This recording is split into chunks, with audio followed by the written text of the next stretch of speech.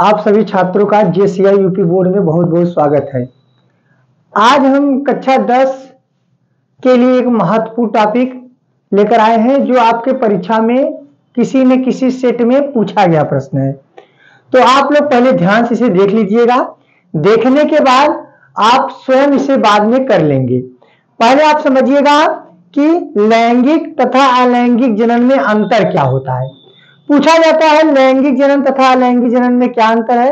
यह आपसे कई बार प्रश्न पूछा गया है और आप ये चीजें बार पढ़ लेंगे तो इसका कॉन्सेप्ट आपके दिमाग में सेट हो जाएगा। इससे संबंधित अगर आपसे प्रश्न पूछा जाएगा तो आप कर ले जाएंगे। तो जितने लोग नए हैं पहले JCI यूपी बोर्ड को सब्सक्राइब करिए चैनल को, और अगर वीडियो अच्छा लगे तब लाइक करिएगा आप, ठीक है, और ज्यादा ज्यादा शेयर करिए ताकि बोर्ड परीक्षा तक सभी बच्चों के पास यह वीडियो पहुंच जानी चाहिए। चलिए पहले हम शुरू करते हैं कि ये जनन होता क्या है।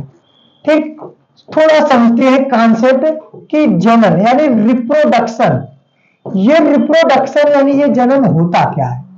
चलिए बच्चों, जनन का अर्थ क्या होता है। देखिए जितने भी प्राणी हैं यानी कि जितने भी सजीव हैं, ठीक, जितने भी सजीव हैं वह अपना वंश चलाने के लिए, मतलब अपने पीढ़ी चलाने के लिए एक प्रक्रिया करते हैं जिसे कहते हैं जनन। अब इसके दौरान क्या करते हैं, नए संतान को जन्म देते हैं। क्या करते हैं, नए संतान को क्या करते हैं, जन्म देते हैं। कहने का अर्थ यह हुआ कि कोई भी पौधा हो, कोई भी जंतु हो, चाहे वह एक कोष की हो चाहे वह बहुकोष की हो, मतलब चाहे छोटे हो चाहे बड़े हो, सब अपना क्या पीढ़ी यानी वंश चलाने के लिए रिप्रोडक्शन यानी जनन करते हैं। तो जनन के अर्थ यानी जनन से हमें यह समझ में आया कि जीवधारी अपना वंश चलाने के लिए जो प्रक्रिया करते हैं उन्हीं को क्या कहते हैं, जनन कहते हैं। समझ में आ गया, जनन की परिभाषा आपको समझ में आ गया। चलिए अब हम परिभाषा की बात करते हैं, जनन कहते किसे हैं। एकदम सिंपल लैंग्वेज में, एकदम साधारण भाषा में याद करिएगा। क्या अपने जैसे, क्या अपने जैसे नए संतान को, अपने जैसे नए संतान को उत्पन्न करने की प्रक्रिया, उत्पन्न करने की प्रक्रिया जनन कहलाती है।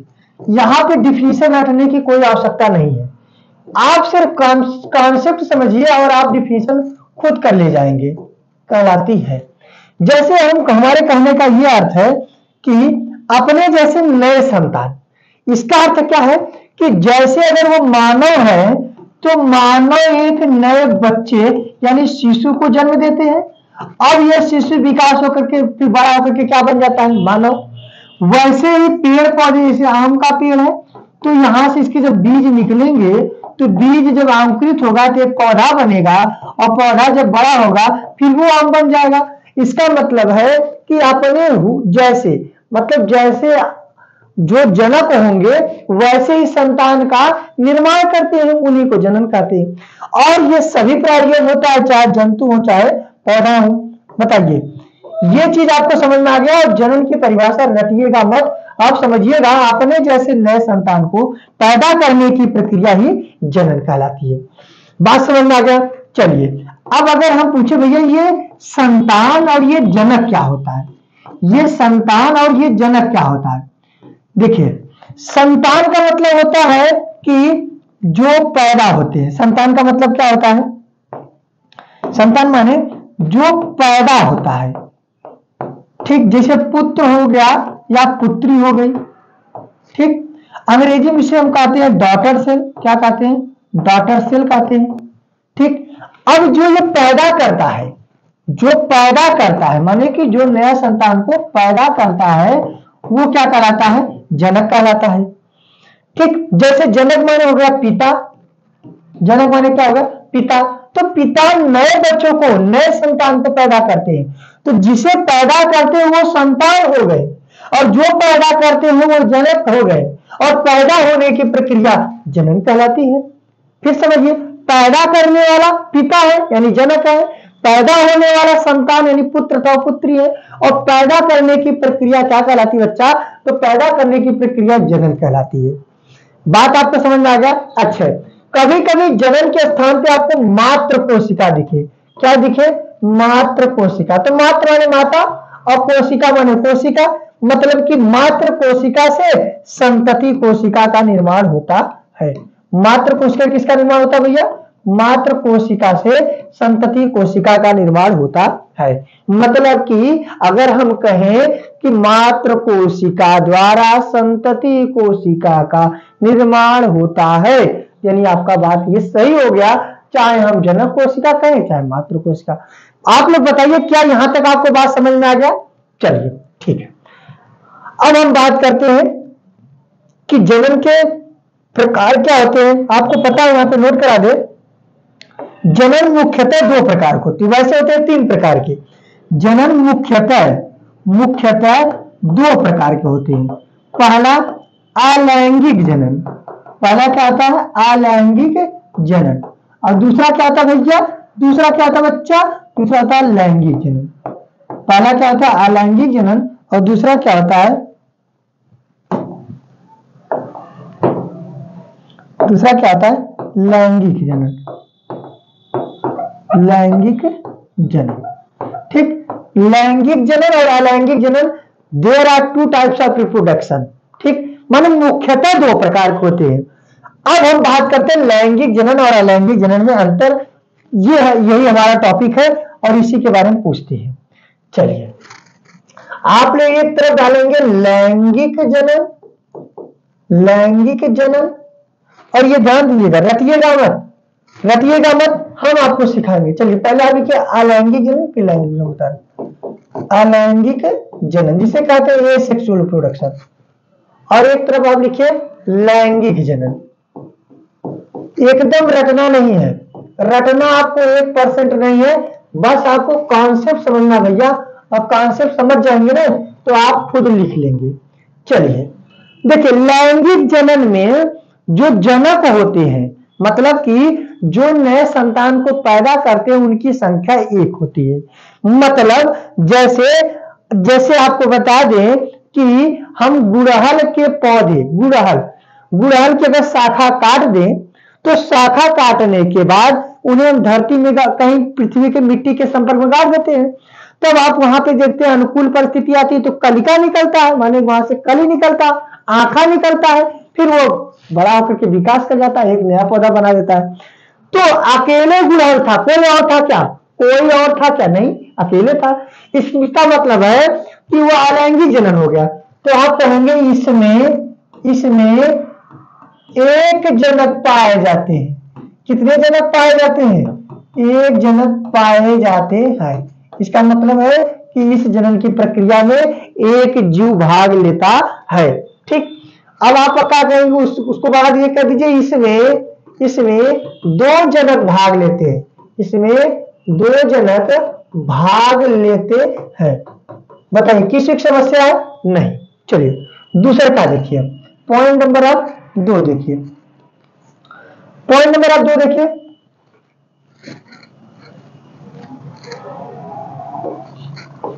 इनमें युग्मकों का निर्माण नहीं होता है, युग्मकों का निर्माण नहीं होता है। अब ये युग्मक क्या होते हैं? देखिए, युग्मक का मतलब होता है गैमीट। जो लैंगिक जनन होता है उसमें दो प्रकार के जनक भाग लेते हैं। जैसे दो प्रकार के भाग लेते हैं, एक होता है नर और दूसरा क्या होता है? मादा होता है। तो नर तथा मादा से अलग अलग युग्मक बनते हैं। जिसे मानव में नर से शुक्राणु बनता है और मादा में क्या बनता है? अंडाणु बनता है। तो ये शुक्राणु और अंडाणु क्या होते हैं? युग्मक होते हैं। जब ये इसमें एक ही जनक होता तो युग्मक कहां बनेगा? कहां युग्मक बनेगा? यानी इसमें युग्मक नहीं बनता है। आप कहेंगे इसमें युग्मकों का निर्माण होता है, इसमें युग्मकों का निर्माण होता है। ठीक, कोई समस्या किसी को कोई समस्या? चलिए अगला देखिए, इसमें विभिन्नताएं उत्पन्न नहीं होती है, इसमें विभिन्नताएं उत्पन्न नहीं होती है, इसमें विभिन्नताएं उत्पन्न नहीं होती है। अच्छा, इसका मतलब क्या है? देखिए, जब एक गुड़हल के पौधे की कोई शाखा को तोड़कर आप मिट्टी के संपर्क में डाल दिए थे, जैसे वो गुड़हल जो था उस पुष्प का रंग लाल था, तो जब आप उसकी शाखा को काट के नीचे जमीन पे गाड़ेंगे, क्या वह पीला हो जाएगा कि लाल हो जाएगा? बताइए, लाल ही होगा, क्योंकि उसमें कोई परिवर्तन नहीं होगा। अच्छा, परिवर्तन काहे होगा भैया? जब एक जनक है, यानी कि इसमें विभिन्नता माने क्या? अलगाव, अलग अलग, माने कि इसमें भिन्न भिन्न कहां पैदा होगा? ये तो वही पैदा होगा, लेकिन इसमें विभिन्नता पैदा होगी। हो सकता है संतान जनक को पड़ जाए, माने कि नर को पड़ जाए, हो सकता है मादा को पड़ जाए। जैसे एक ही माता पिता के अगर दो संतान है, क्या दोनों एक जैसे हैं? क्या एक दोनों एक जैसे हैं? नहीं, दोनों में कुछ न कुछ विभिन्नता पाई जाती है, क्योंकि विभिन्नता किस जनन में उत्पन्न होता है? लैंगिक जनन में। तो आप कहेंगे इसमें विभिन्नता पाई जाती है, इसमें विभिन्नता पाई जाती है।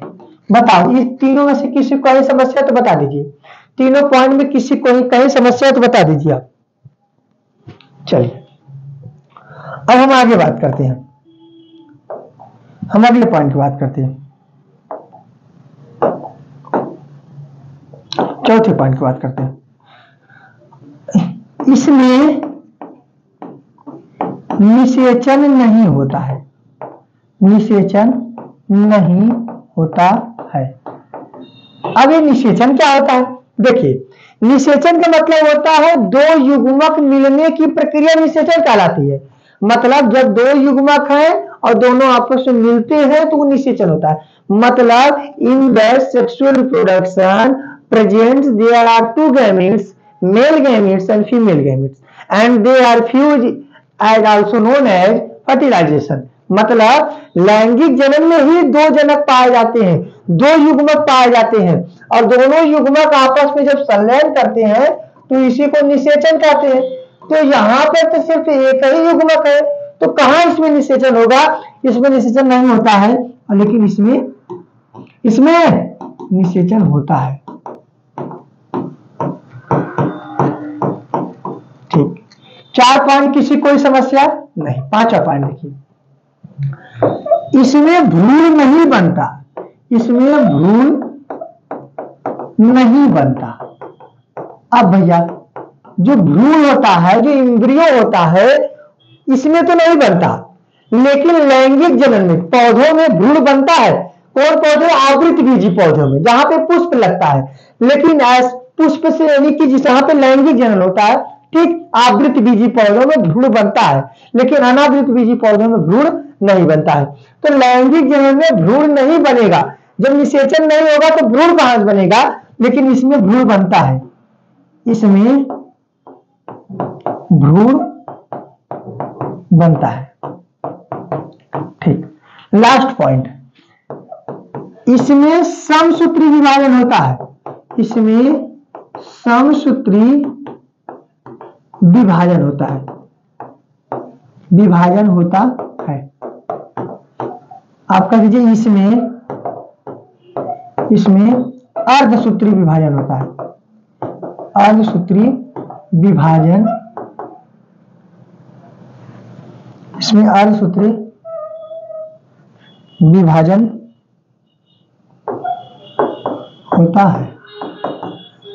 चलिए, ये इंपॉर्टेंट पॉइंट आप समाप्त होता है। हम कुल आपको 6 अंतर बता दिए हैं, आप ये आसानी से याद कर सकते हैं एकदम साधारण सी लैंग्वेज में। जिन बच्चों को नहीं समझ में आया, पुनः वीडियो को पीछे करके देख सकते हैं, बहुत ही इंपॉर्टेंट टॉपिक था। ठीक है, अब यह क्लास समाप्त होता है। ज्यादा खूब शेयर करिए। Thank you so much.